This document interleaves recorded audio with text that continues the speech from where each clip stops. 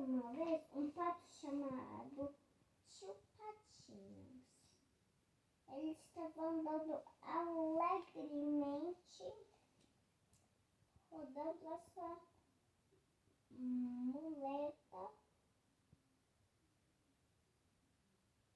e enquanto os bichos olhavam ele.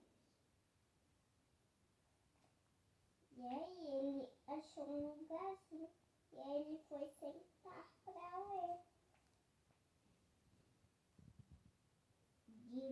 De tanto que ele não quer gastar o dinheiro, ele foi lá sentar com o homem, ler o jornal. Ele não quer mais andar. De tão preguiçoso que ele é.